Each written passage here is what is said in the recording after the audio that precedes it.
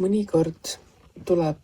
magada korralikult ja näha und selleks, et teada, mida sinu sisemine sina teada tahab või sulle öelda tahab.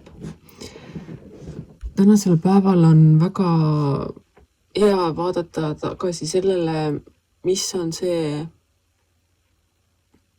mille peale sina ehitad oma nii-öelda maailma. Sa tead, mis on piirid, sa tead, kus kohast sa tõenäoliselt edasi ei saa ning sa oskad arvestada ka seda, mis on sinu ümber, et seda praegust maailma korda või seda, mis iganes ümbritsev seadused ja muud asjad, sa tead seda, kuidas need käituvad, sa tead, kuidas nendes piirides toimetada niimoodi, et sa ei lähe kellegiga vastuollu või siis sa pead tähele panema seda, et sa ei läheks kellegiga vastuollu või millegiga vastuollu nendes nii-öelda füüsilise maailma piirides, riigipiirides, seaduse piirides. Et nende sees on teatud võimalusi manööverdamiseks, kuid tasub hoolega jälgida, et sa nendest piiridest üle ei lähe. Võib-olla natukene nihutada või mängida nendega, aga kindlasti mitte proovida neid ületada, et tuleks mingid jamad nii-öelda seadusandluse või asjadega. Ja sa oskad seda piiride nii-öelda kas manipuleerimist või mitte ületamist, kuidas öelda, sisemise teadmisega väga täpselt laveerida ning see annabki sulle tänaseks võimalused väga hästi hakkama saada, mis omakorda toob mind jälle taas selle juurde, et selle kõige juures märka, kuidas su keha nii-öelda toimib, kas või millal sul on vaja puhkust, kas või millal on sul vaja astuda samm tagasi ja vaadata nii-öelda kõrvalt, et see, mida sa teed, ei muutuks liiga selliseks liiga oluliseks selles mõttes, et sa panustad ainult ühele asjale ja ei märka kõike seda, mida sinu keha tahab sulle öelda, eriti just puhkuse ja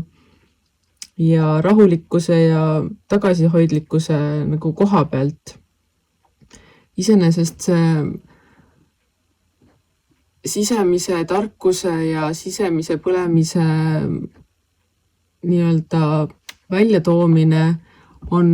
loomulikult hea, aga samamoodi selle sisemise tarkusega sa pead oskama ennast nii-öelda füüsilises kehas hoida ja seda füüsilist keha ka hoida. Et loomulikult sinu enda maailma ehitamine on sinu jaoks oluline ning su sisemusest tuleb selle jaoks kõik võimalikud oskused. Sa tead, mida ja kuidas luua ning siin ongi see, et pane omal paika alus, põhi ning kui see on sul juba korralikult tehtud, siis maja ehitamine ei ole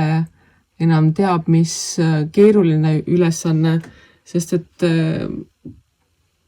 seda saad hiljem ka nii-öelda natukese kaupa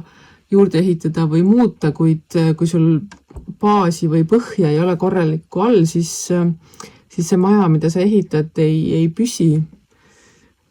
Nii et mis siin ikka, vaata, kus on sinu maailma piirid, proovi neid iseenda piire natukene laiendada, kuid seaduse piire ära proovi väga